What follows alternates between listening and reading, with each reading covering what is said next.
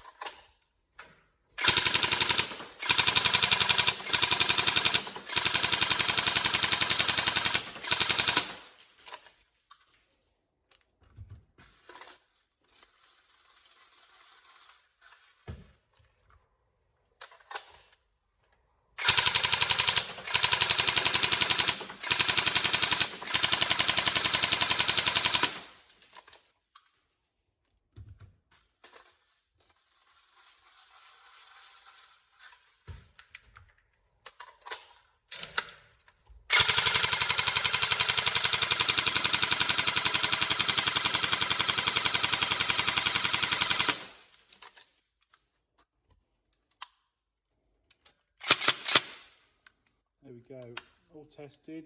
We'll put the specification in the video. Any problems, let us know. But otherwise, hopefully this is what you're after. And like I say, any problems, let us know. But otherwise, we'll hopefully get this posted out for you. Thank you.